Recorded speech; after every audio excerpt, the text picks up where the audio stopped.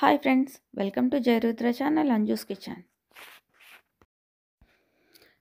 కొబ్బరికాయలు తింటారో లేదో తెలియదు కానీ మనం మాత్రం ఎన్నో రకాలుగా తింటాం. అందులో ఈ పచ్చడి ఒక రకం.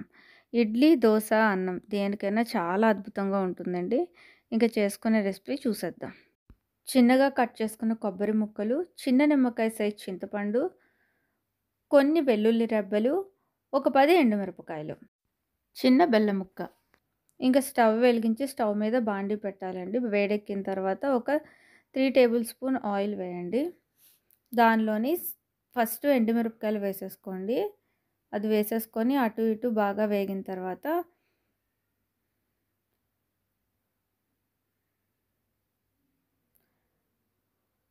కొన్ని వెల్లుల్లి రెబ్బలు వేసేసుకోండి. ఆ వెంటనే సన్నగా కట్ చేసి పెట్టుకున్న కొబ్బరి ముక్కలు వేసుకోండి. దీన్ని బాగా డీప్ ఫ్రై చేసి వేపాల్సిన అవసరం లేదు.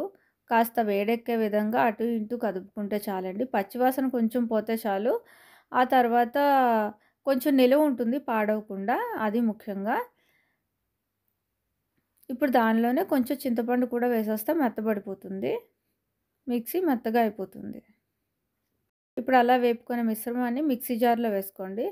అందులో తగినంత ఉప్పు, ఇంకా చిన్న బెల్లం ముక్క వేసేసుకోండి. అందులోనే చిన్న బెల్లం ముక్క వేసుకోవడం వల్ల రుచి చాలా బాగుంటుంది. ఇప్పుడు ఒక ఉల్లిపాయను తీసుకొని ఒక రాయి మీద ఒకే దెబ్బ వేయండి. జస్ట్ అటు ఇటు ముక్కలు అవ్వాలి. తర్వాత మొత్తం అంతా పీలికలుగా తీసేసుకోండి. ఇది మనం పోపులో వేసుకోవడం వల్ల మనం తింటున్నప్పుడు బాగుంటుంది. ఇప్పుడు మళ్ళీ అదే బాండీలోని ఒక 5 టేబుల్ స్పూన్స్ ఆయిల్ వేసుకొని కొంచెం జీలకర్ర, మెంతులు, ఆవాలు, ఎండుమిరపకాయలు, కరివేపాకు, ఇంకా ఇంగువ వీటన్నిటిని వేసుకొని వీటితో పాటే మనం కచ్చపచ్చగా దంచి పెట్టుకున్న ఉల్లిపాయ ఉంది కదండి, అది కూడా వేసుకోండి. ఉల్లిపాయ కేవలం ఆప్షనల్. ఎవరికైనా ఇంట్రెస్ట్ లేదు అనుకుంటే స్కిప్ చేసేయచ్చు, నో ప్రాబ్లం. టేస్ట్కి ఎలాంటి ప్రాబ్లం ఉండదు. ఇప్పుడు కేవలం అటు ఇటు వేపాలండి, అంతే.